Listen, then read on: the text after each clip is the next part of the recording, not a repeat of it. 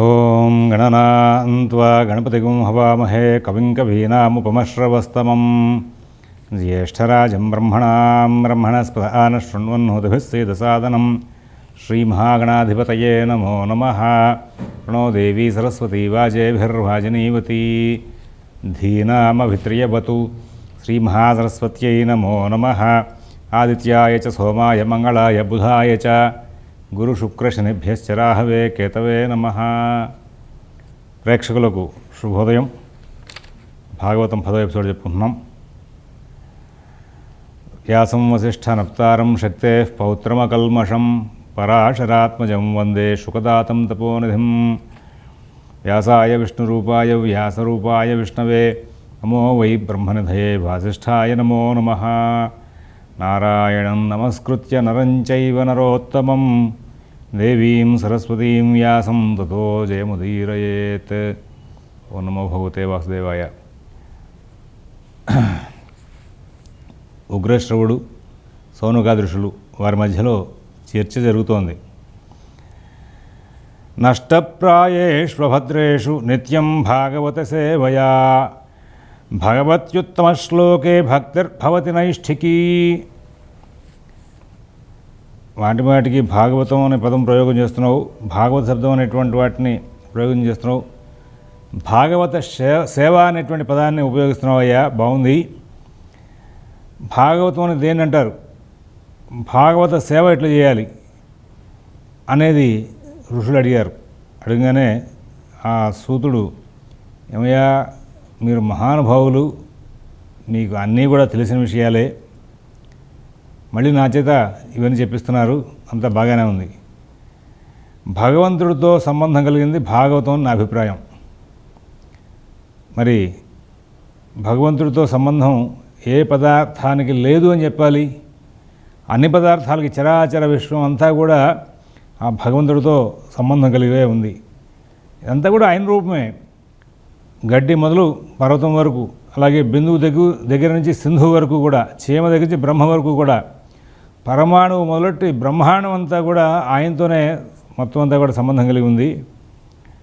మరి అవన్నీ కూడా కలిగి ఉంటే దానికి భాగవతం ఎట్లా అంటామంటే, కాదయ్యా, అన్నింటిలో కూడా భగవంతుడి యొక్క ప్రమేయం ఉంది. అయినప్పటికీ కూడా సామాన్యంగా అన్నిటితో సంబంధం ఉంటుంది. కానీ ఇక్కడ విశేషమైన సంబంధాలు కలిగిన వాటిని మనం భాగవతంగా తీసుకుంటూ ఉండాలి. ఏ భాగవతుడు అంటే ఏ భక్తుడు భగవద్భక్తితో ఉంటూ ఉంటాడో వాళ్ళందరినీ కూడా భాగవతులు అంటారు. భగవద్భక్తితో ఉన్న వారందరినీ కూడా భాగవతులు అంటూ ఉంటారు. భగవద్భక్తుల యొక్క కథలు, భగవద్ అవతార నామ రూప లీల వర్ణనలు ఇవన్నీ కూడా భాగవతం అంటారయ్యా అని చెప్పేసి ఆయన చెప్పుకుంటూ వచ్చాడు. ఇందులో భక్తుల కథా వర్ణనలు ఉంటాయి. మరి భాగవతం అంటున్నావు, మంచి వాళ్ళ యొక్క భక్తుల కథలే కాకుండా రాక్షసులు దుర్మార్గుల యొక్క కథలు కూడా ఉంటున్నాయి కదా. అవేనుడని, హిరణ్యాక్షుడని, హిరణ్యకశిపుడని, రావణ కుంభకర్ణాదులని, దంతపాల శిశుభక్తులని, వీళ్ళందరూ కూడా శిశుపాల దంతభక్తులని వీళ్ళందరూ కూడా ఉన్నారు కదా. ఇట్లాంటి దుర్మార్గుల యొక్క చరిత్రలు కూడా అందులో ఉన్నాయి కదా.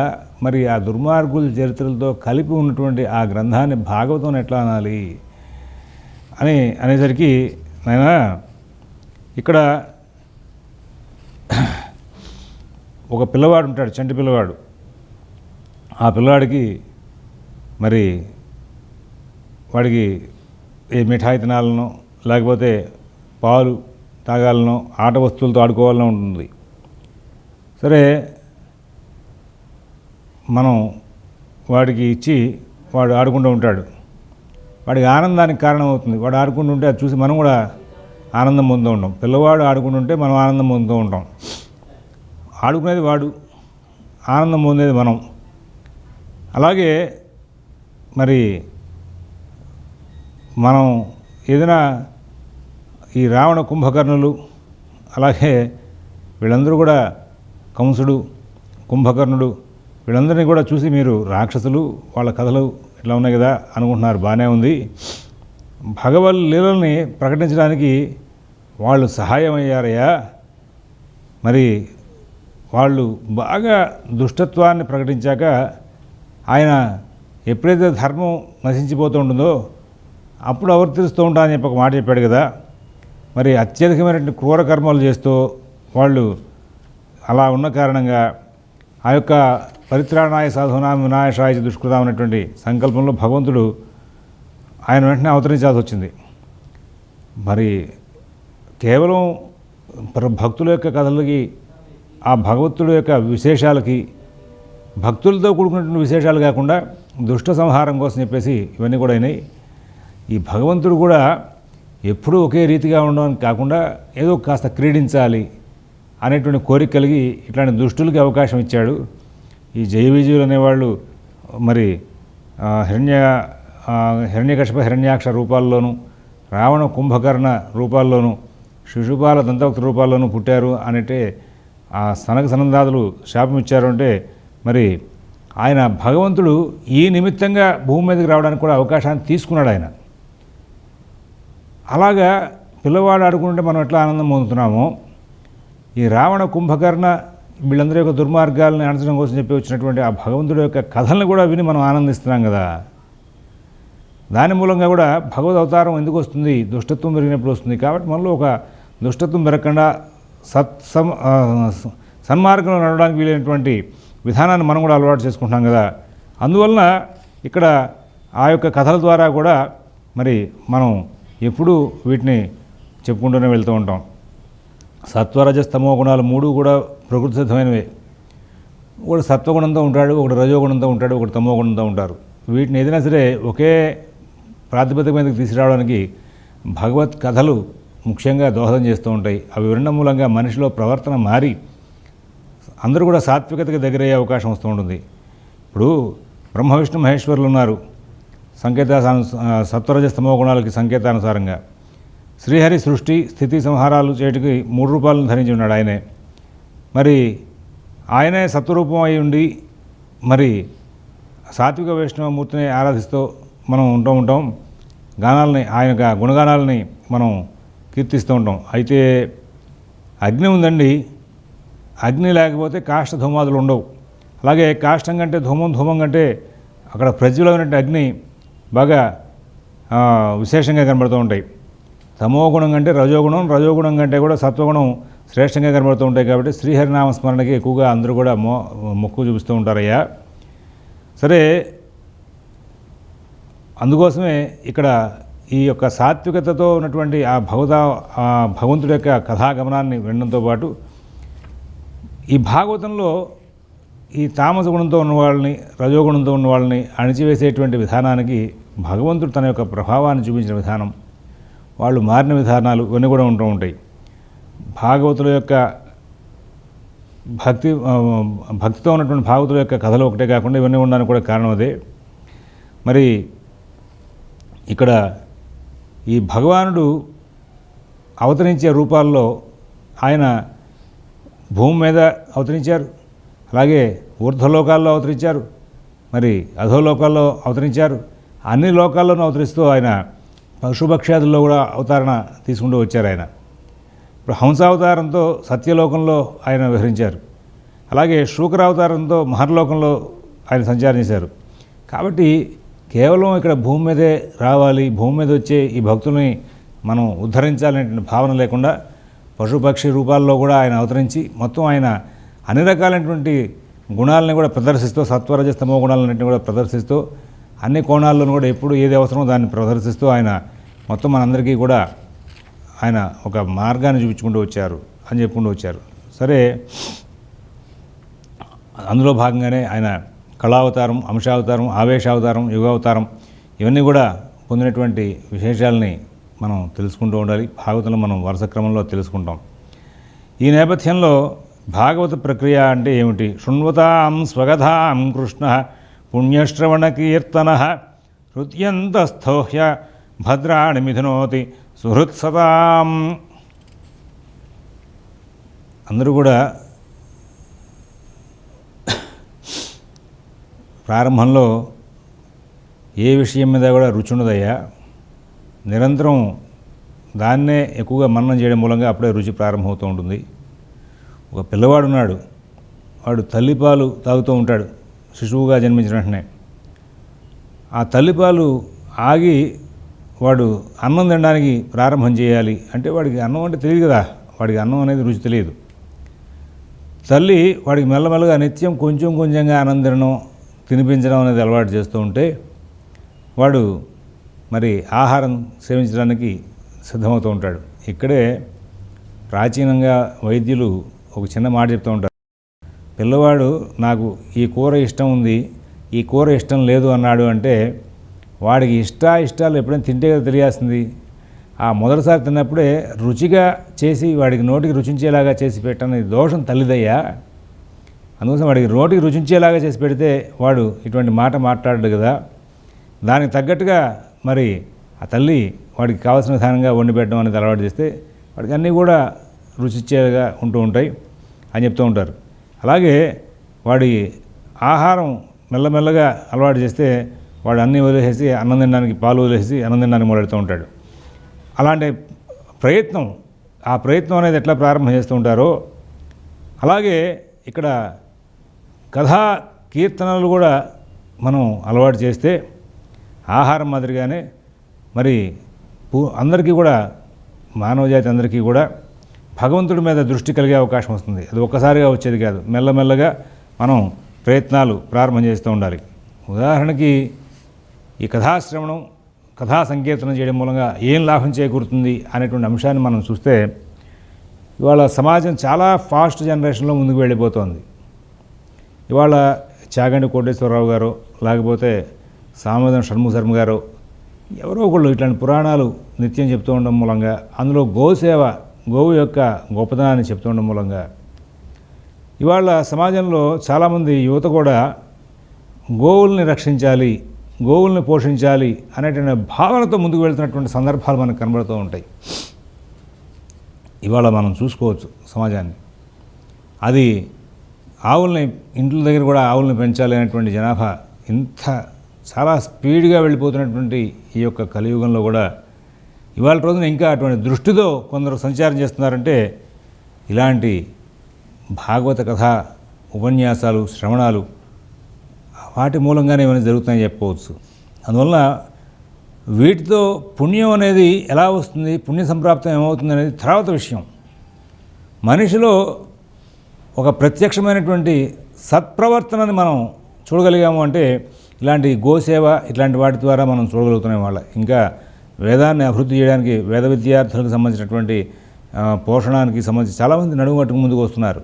ఇవాళకి కూడా కల్చర్ ఒక పక్కన చెడుగా వెళ్ళిపోతోంది, సమాజం చాలా స్పీడ్గా చెడు వైపు ప్రయాణం చేస్తోంది. ఇట్లాంటి రోజుల్లో కూడా కొన్ని చోట్లైనా సరే ఆ యూట్యూబ్ ద్వారానో లేకపోతే ప్రత్యక్షంలోనో ఎక్కడో చోట స్టేజ్ మీదో ఇట్లాంటి భాగవత ఉపన్యాసాలు జరుగుతూ ఉన్న సందర్భంలో వాటిని వింటున్న సందర్భంలో వాటిలో చెప్తున్నటువంటి ఇట్లాంటి మంచి పనుల యొక్క ప్రభావంగా మరి పుణ్యక్షేత్ర సందర్శన, పుణ్యకార్యాలు చేయడం, గోసేవ చేయడం, అలాగే వేద పోషణ చేయడం ఇట్లాంటి వాటికి చాలామంది ఇంకా దృష్టి అటువైపు తీసుకొస్తున్నారంటే దాని ప్రభావం ఖచ్చితంగా 100% ఇలాంటి భాగవత కథాశ్రవణాల వల్లనే జరుగుతుందని చెప్పేసి ఈ యొక్క భగవత్ చర్చ చేయడానికి అనుకూల ప్రదేశం ఏమిటంటే మరి పుణ్య ప్రదేశాలు బాగా 1000 రెట్ల ఫలితాన్ని ఇస్తాయి. ఇప్పుడు కూడా స్థానబలం కలిగి ఉండాలి కదా. మరి ప్రతి వస్తువు మీద కూడా ఆ దేశ ప్రభావం ఎక్కువగా చూస్తూ ఉంటుంది. అందువల్ల పుణ్యక్షేత్రాల్లో పుణ్య ప్రభావం ఎక్కువ చూస్తూ ఉంటుంది. భక్తులు తరచుగా భక్తిభావంతో క్షేత్రాలకు వెళ్ళడం మూలంగా ఆ క్షేత్రంలో ఆ భక్తుల యొక్క భక్తిభావం మూలంగా చాలా విశేషమైనటువంటి వైబ్రేషన్స్ సంచారం చేస్తూ ఉంటాయి. పాజిటివ్ వేవ్స్ అంటూ ఉంటారు సరే, అవన్నీ కూడా తిరుగుతూ ఉంటాయి. అందువలన ఈ కృష్ణ కథాశ్రవణాన్ని భగవత్కథా కాలక్షేపాన్ని మొత్తాన్ని కూడా ఎప్పుడు చేసినా కానీ దేవాలయంలో దైవ సన్నిధిలో చేస్తే కనుక చెప్పుకునేటువంటి భగవత్కథ శ్రవణం చేస్తున్నటువంటి భక్తులకి ఆ క్షేత్రం యొక్క ప్రభావం చేత కూడా ఇంకా విశేషంగా వాళ్ళకి దాని యొక్క ప్రభావం కనబడి మనసు రంజింపం చేయకపోవడం కాకుండా ఆ మనసు పరిపరి విధాల భక్తి మార్గం వైపు ప్రయాణం చేసేందుకు అవకాశం వస్తూ ఉంటుంది, ఎక్కువ లాభాన్ని చేకూరుస్తుంది. ఈ భాగవత ప్రక్రియలో మరి ఆయన మరొక కొన్ని విశేషాలు చెప్పుకొని వచ్చారు. ఏదో పుస్తకం ఉంది కదా అని చెప్పి స్వయంగా చదివేసుకోవడం భాగవతానికి మంచిది కాదయ్యా. ఎప్పుడు కూడా ఒకరు కాకుండా అనేక మంది కూర్చుని ఎవరి చేతన మహాపురుషుల చేత చెప్పించుకుని భాగవతాన్ని శ్రవణం చేయడంలోనే పుణ్యం ఉంది. భాగవతం పఠనం చేయడం కంటే కూడా భాగవతం శ్రవణం చేయడంలోనే పుణ్యం ఉంది అనేటువంటి మాటని ఆయన చెప్పుకుని వచ్చారు. ఎవరికైనా దుఃఖం వచ్చింది ఒక మనిషికి, ఆ ఆ దుఃఖం వచ్చిన మనిషి అక్కడ కూర్చుని ఉన్నాడు.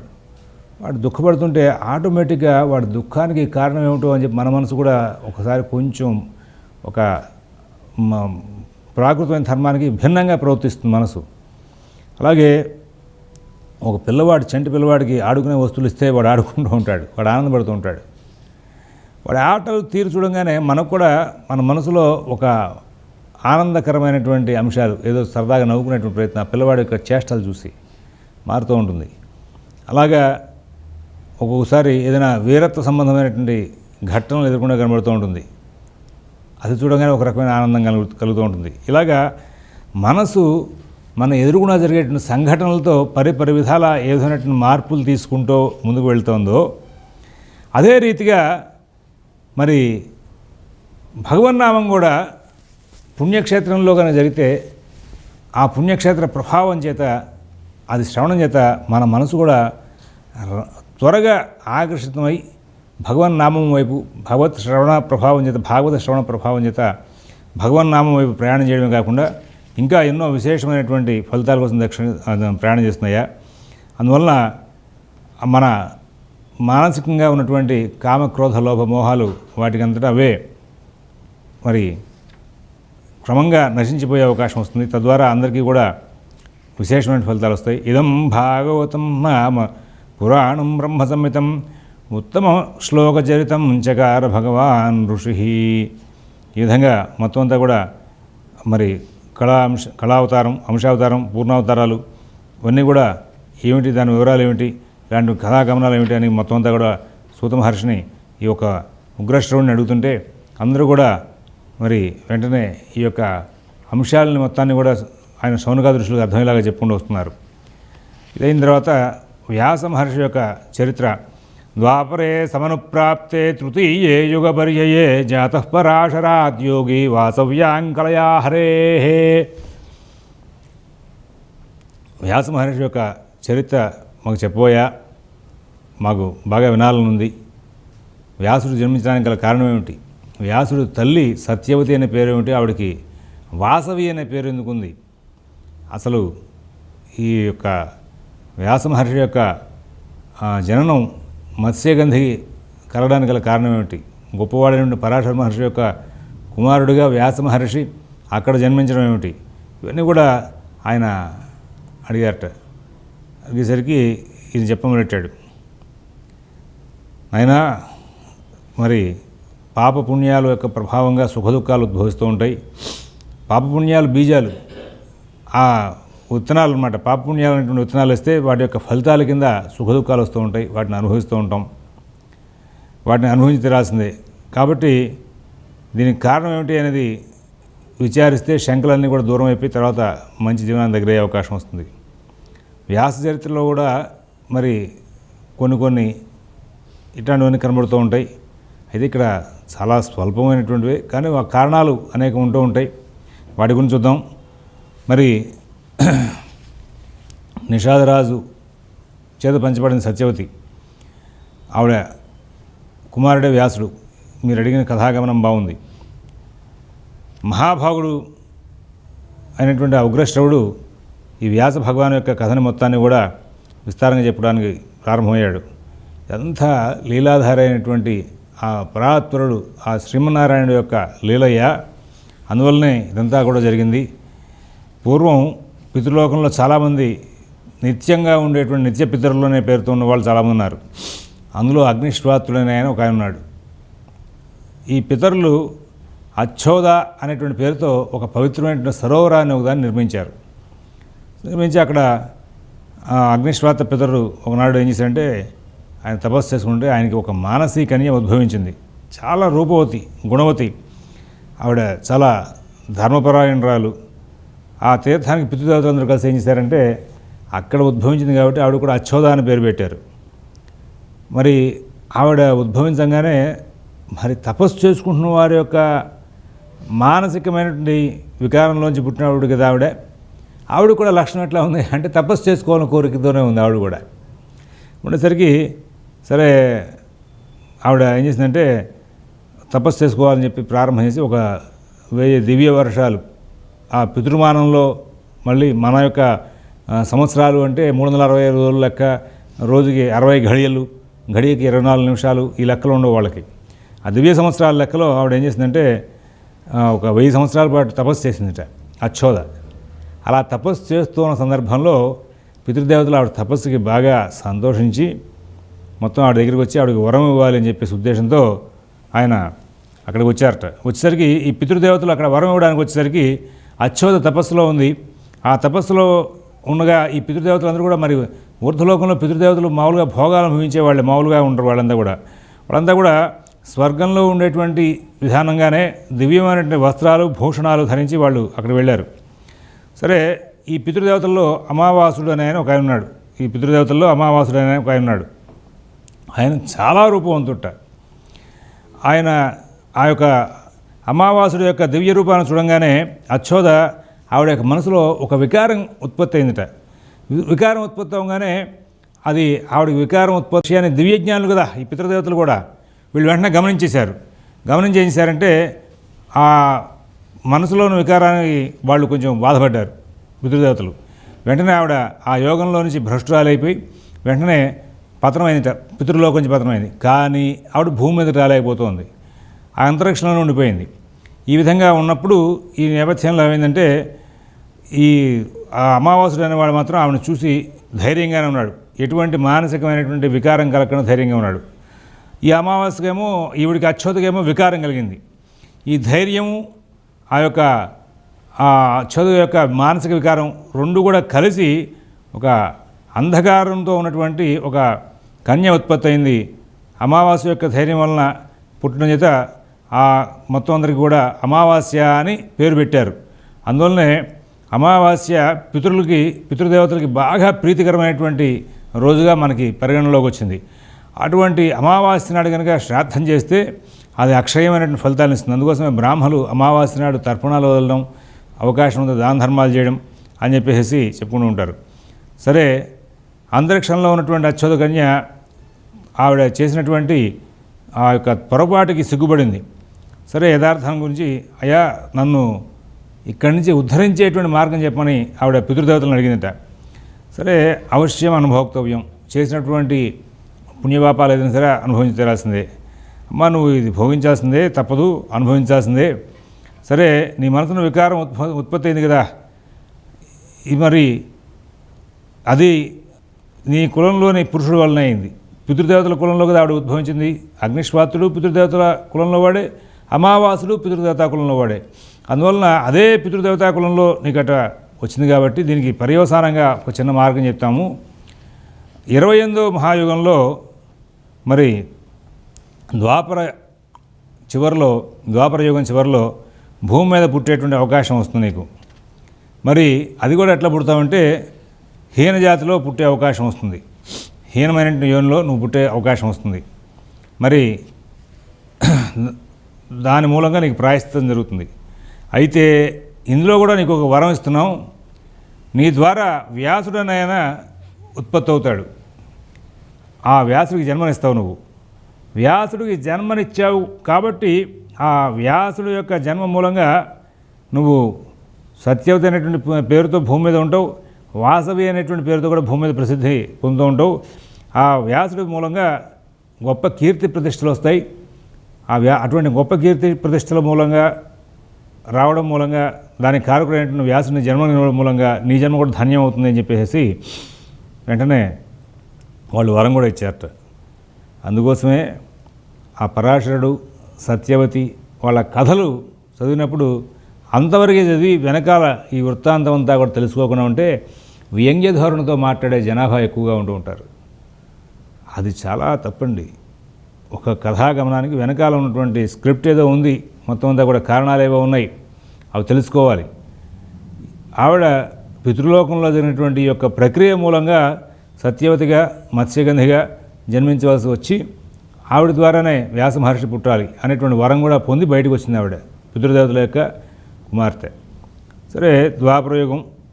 మరి ఆ ద్వాపరయుగంలో గొప్పవాడైనటువంటి ఒక రాజుగారు ఒక ఆయన ఉన్నట్ట. ఈ మహర్షులందరూ కూడా మళ్ళీ అడిగారు, ఏమయ్యా సత్యవతి వాసవి ఈ రెండు పేర్లు ఎట్ట వచ్చావు చెప్పు అని చెప్పేసి మళ్ళీ అడగడం మొదలెట్టారు. సరే ఈ వసు అనేటువంటి రాజుగారు ఏం చేశాడంటే ఆయన చక్కగా ధర్మంగా పరిపాలన చేస్తున్నాడు. ఆయనకి కూడా చక్కగా అందమైనటువంటి భార్య ఉంది. సరే ఆవిడ ఒక రోజున ఋతుస్నాత అయి ఉంది.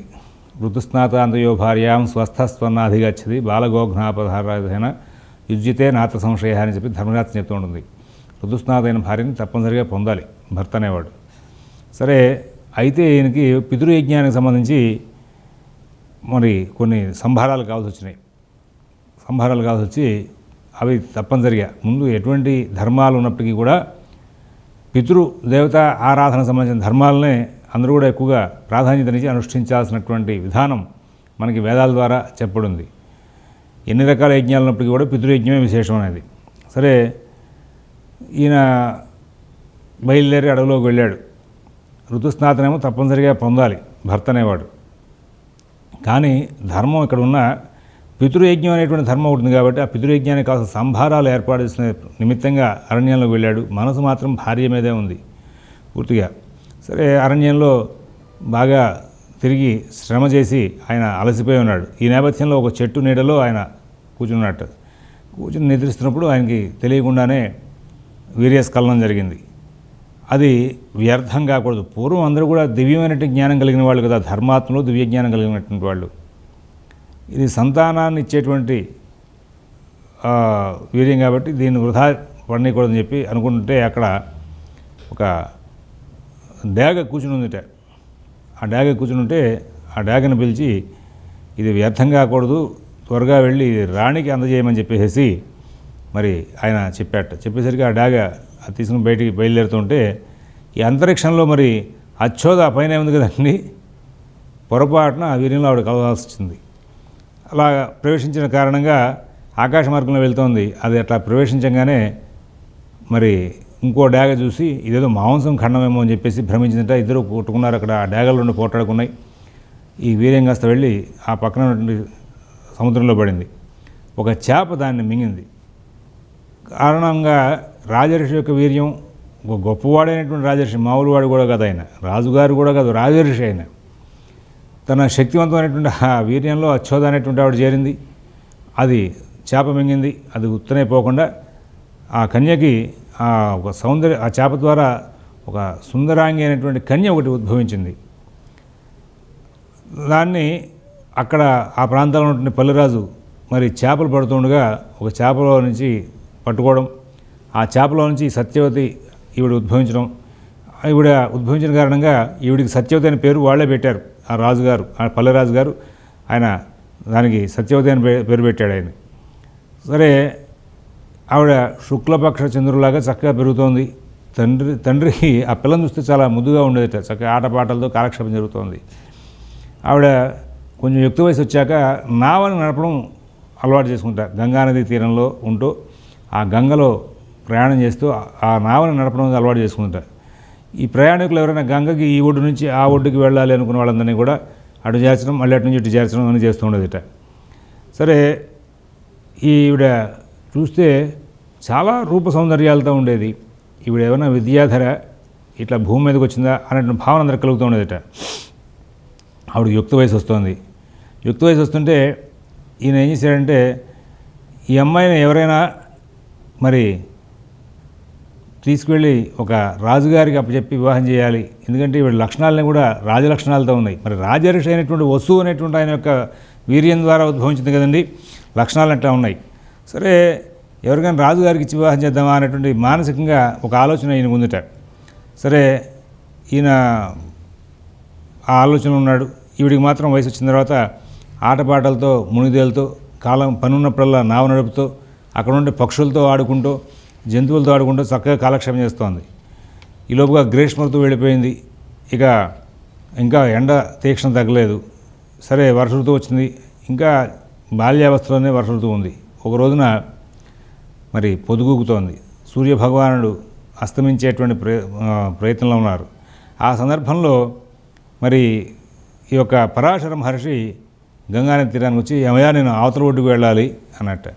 అయ్యా చీకటి పడుతోంది, ఈ సమయంలో ప్రయాణం అంత మంచిది కాదు, ఈ పూటకి మీరు ఇక్కడే ఆగరాదా, రేపు ఉదయాన్నే వెళ్ళచ్చు కదా అంటే కాదయ్యా వెళ్ళాల్సిందే అని చెప్పారట. చెప్పేసరికి సరే ఆయన అవసరం ఏమిటో తెలియదు కదా, అందువలన తీసుకువెళ్ళే ప్రయత్నంగా ఏమిటా అనుకుంటుంటే సరే సత్యవతి వెంటనే ఆ తండ్రి పిలిచి సత్యవతి చెప్పాట, అమ్మ అవతలు దింపేసిరా అమ్మ అని అనేసరికి తండ్రి ఆజ్ఞని తీసుకుంది.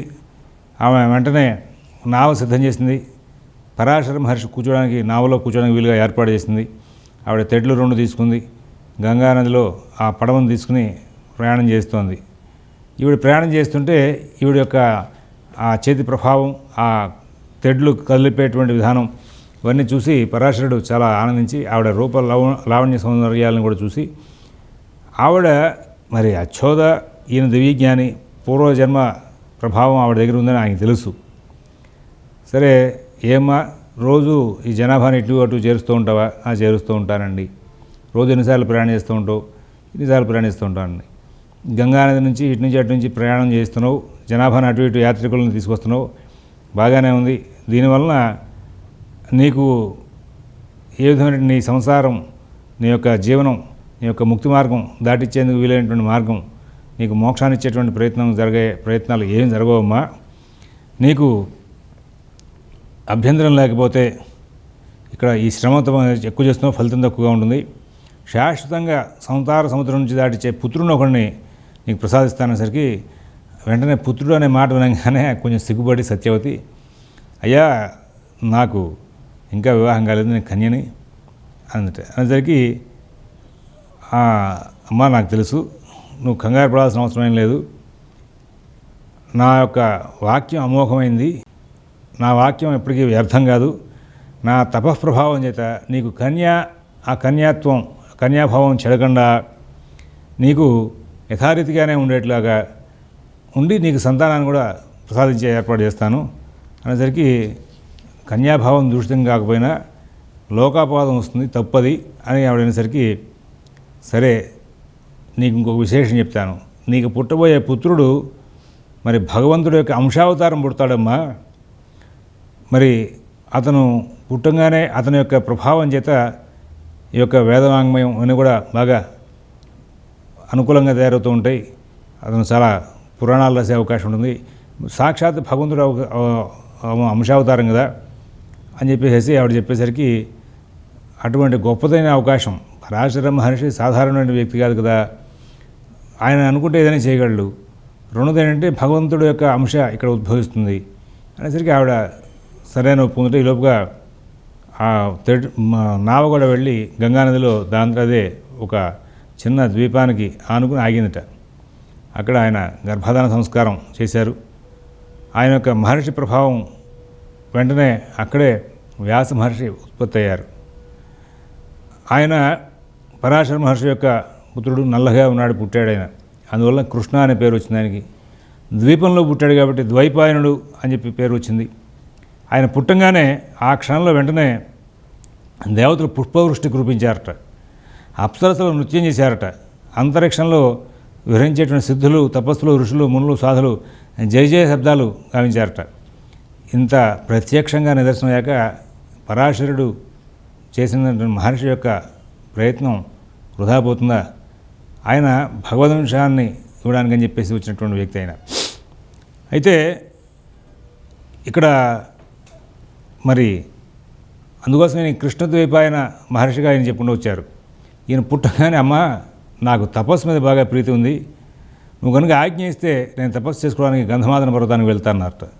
ఏమండి, భగవద్ అంశావతారం, అందుకోసమే ఆ కాలం అటువంటిది, ఆ అంశాలు అటువంటివి, వాళ్ళ యొక్క ప్రభావాలు, తపఃప్రభావాలు అట్లా ఉంటూ ఉంటాయి. కాబట్టి వీటిని మనం తక్కువ స్థాయి ఆలోచనలతో విమర్శ చేయకూడదు.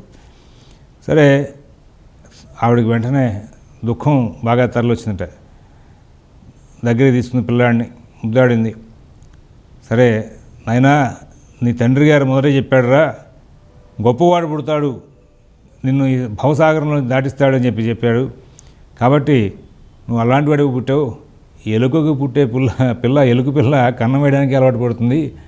తపస్సు యొక్క కుమారుడు తపస్సు అయిందే దృష్టి పెడతాడు, ఇంక వేరే ఏం అవకాశం ఉంది. పైగా ఆ శ్రీహరి నీకు మంగళాన్ని కలిగిస్తాడు నాయన, శుభం కలుగుతుంది. సరే, ఈ గంగా భగవతిని ఎప్పుడు కాపాడుతూనే ఉంటుంది. సరే, ఇక నీకు తపస్సుకు వెళ్ళడానికి నేను అనుజ్ఞిస్తున్నాను, కానీ నాకు ఒక వరాన్ని ఇచ్చి వెళ్ళాలి అనేసరికి ఏమమ్మా ఏం కావాలి నీకు అనేసరికి, నువ్వు ఎక్కడైనా తపస్సు చేసుకో, ఎలాగైనా ప్రవర్తించు, నిన్ను చూద్దామని నేను మనసులో అనుకోగానే నాకు మాత్రం వచ్చి ప్రత్యక్షమే నాకు కావాల్సిన ఏర్పాటు చూసి వెళ్ళాల్సి వస్తుంది, నువ్వు అలాంటి వరం ఇచ్చి వెళ్ళాలనేసరికి వ్యాస భగవానుడు కూడా సరేనమ్మా నువ్వు ఎప్పుడు పిలిస్తే అప్పుడు నేను వచ్చి నీకు కావాల్సిన విధంగా అన్ని ఏర్పాట్లు చేస్తానని చెప్పేసి ఆయన తల్లి యొక్క పాదాలకు నమస్కారం చేసుకుని వ్యాస భగవానుడు తపస్సుకి ఆయన గంధమాదన పర్వతానికి వెళ్ళిపోయారట. గంధమాదన పర్వతానికి ఎందుకు వెళ్ళారంటే అక్కడ నరనారాయణులు ఇద్దరు కూడా ఉంటారు. అక్కడికి వెళ్ళి వాళ్ళ సాన్నిధ్యంలో తపస్సు చేసుకోవడం మూలంగా గొప్ప విశేషాలు కలుగుతాయని చెప్పి అక్కడికి వెళ్ళి నరనారాయణుల యొక్క సాన్నిధ్యంలో వ్యాస భగవానుడు ఘోరమైన తపస్సు చేసుకుంటూ అక్కడ కాలక్షేమించారు. మత్స్యగంధి మరి ఆ వసు అనేటువంటి రాజు యొక్క వీర్యం ద్వారా పుట్టింది కాబట్టి ఆవిడకి వాసవి అనే పేరు వచ్చింది. మత్స్యగంధ గర్భం నుంచి పుట్టింది కాబట్టి మత్స్యగంధి అనే పేరు వచ్చింది. ఆవిడ యొక్క ప్రభావం కూడా ఆ మత్స్యపు వాసనతో ఉంటూ ఉండేదిట. అయితే పరాశరుడు యొక్క ప్రభావం చేత, పరాశర మహర్షి యొక్క అనుగ్రహం చేత అప్పటి నుంచి ఆవిడ ఎక్కడున్నా కానీ సుగంధ పరిమళాలు ఒక యోజన దూరం విస్తరిస్తూ ఉండేవిట. అందువల్ల అప్పటి నుంచి యోజనగంధి అనేటువంటి పేరు కూడా ఆవిడకి వచ్చింది. ఆ తర్వాత ఆవిడ శంతను మహారాజుతో వివాహం చేసుకుని, భీష్ముడిని తండ్రి అయిన శంతను మహారాజును వివాహం చేసుకుని, ఈ యొక్క భరత వంశానికి సంబంధించినటువంటి విస్తారకులైనటువంటి ముఖ్యకారకులు చిత్రాంగుదులు విచిత్రవీరుల యొక్క కుమారులకి తల్లి ఆవిడ. మరి మన భారత భాగవతాల్లో ఎన్నో అంశాలు ఈ కథలకి మూలం ఇవన్నీ కూడా తీసుకొచ్చింది. అటువంటి వ్యాస మహర్షి యొక్క తల్లి సత్యవతి గురించి తెలుసుకున్నాం. ఇప్పుడు ఇంకా తర్వాత అంశాలను రేపటి రోజు చూద్దాం. స్వస్తి ప్రజాభ్యః పరిపాలయంతాన్ న్యాయేన మార్గేణ మహీన్ మహీషాః గోబ్రాహ్మణేభ్యః శుభమస్తు నిత్యం. లోకాః సమస్తాః సుఖినో భవంతు. ఓం దత్సత్.